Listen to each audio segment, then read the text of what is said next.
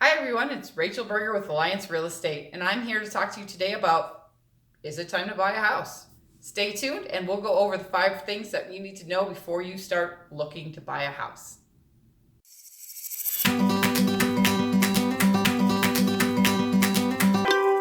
Is it time to buy a house? Let's check it out. How is the market doing and what are the lending rates? Right now, our market it's high speed, it's fast, and we've got low inventory and we've got low rates, which are great, but that means because of low inventory, the prices have gone up a little, and that means that there are multiple offers. So if you're going to be looking in today's market, you need to know that you need to make sure you know exactly what you're looking for. You're solid on what you want.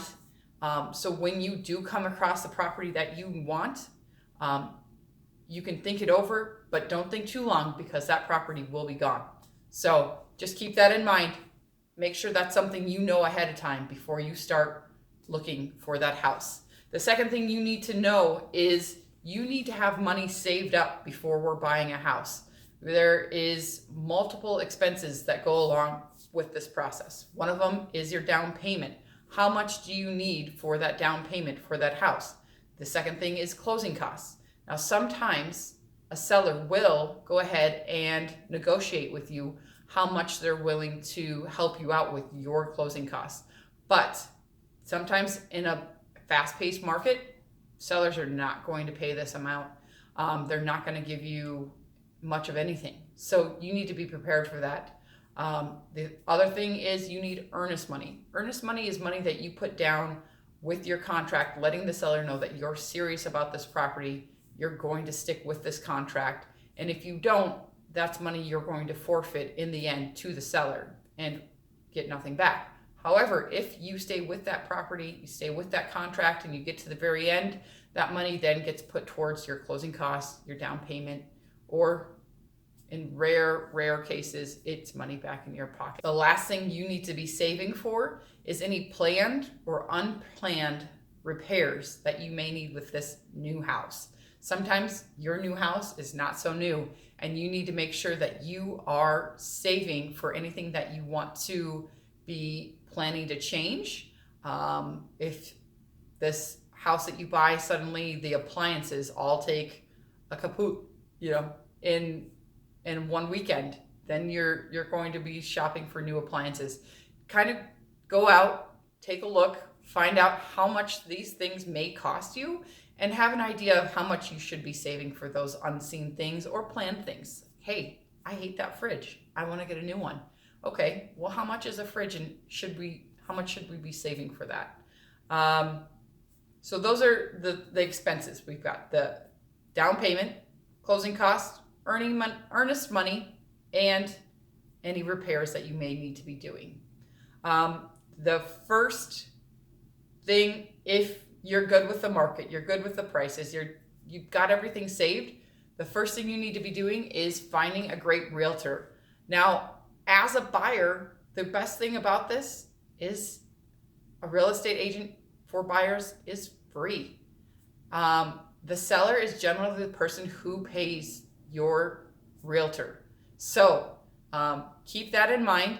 You want to find an agent that is going to communicate well with you, who is going to stay in touch with you, and who's going to be looking at the market, sending you information, setting up a search for you, and making sure that in these crazy markets, you're getting all the up-to-date information as soon as possible. I am a realtor, and I can actually help you with a lot of these things. So if you're ready to start that search, go ahead and get a hold of me. You can call, text, email, I do it all. And we'll go over everything that you want and everything that you need. And we'll set up a search based on your needs so that the search is broad enough for you to make sure that if it's just a want, maybe we can add that in at a later date. If you absolutely need a fence, then we're going to put that on your list. But if it's just a want, we're going to look at all the houses.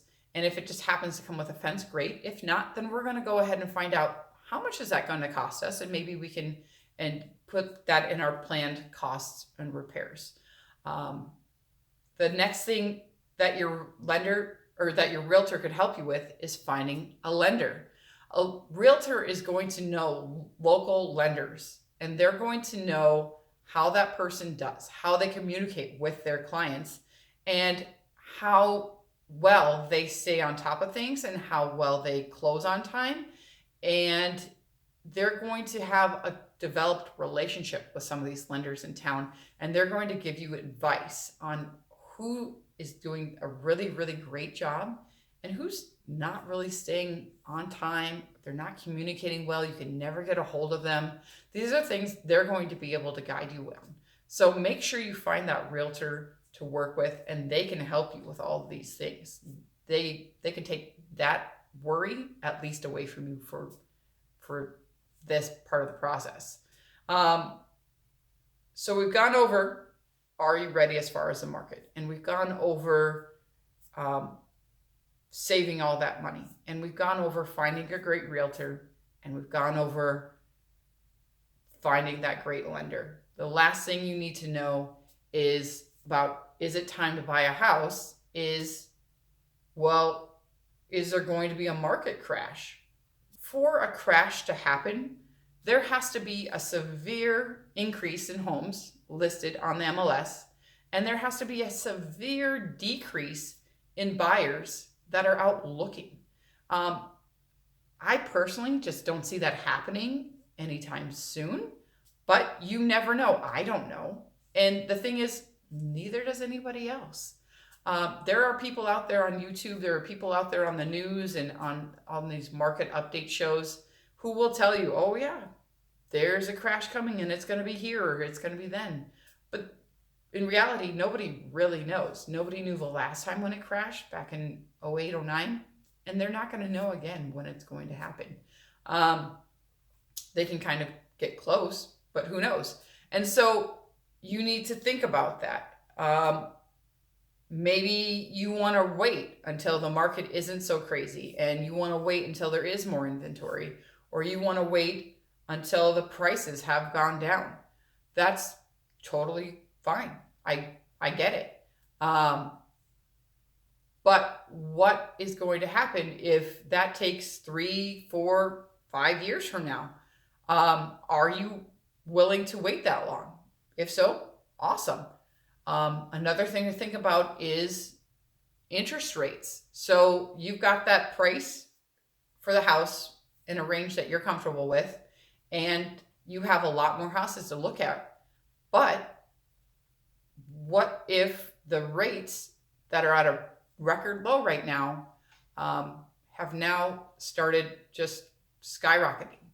The house that was at that higher price with the low rate has now evened out with the house that's at the lower rate, or the lower price, I should say, and a higher rate.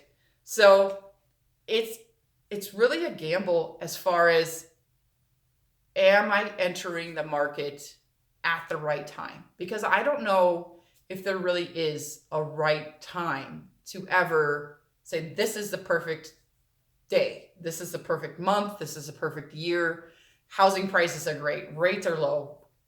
I mean, if you get that, if you get everything checked, then awesome, you've won. But, sometimes we can't all wait for that. And we have things in our lives, and we need to make sure that we're making the best decision for ourselves and our families at this time. So if you have looked over all those 5 things and you know that right now is the time to buy for you, go ahead and get a hold of me. Let me know. We'll go over everything that you want and everything that you need. We'll go over the market. We'll go over some lenders that you should be talking to, and we'll go from there and make sure that you're getting the perfect house for the perfect price for you. So thank you for watching today. I really appreciate your time. If you could, subscribe below, and I will see you next week. Thanks.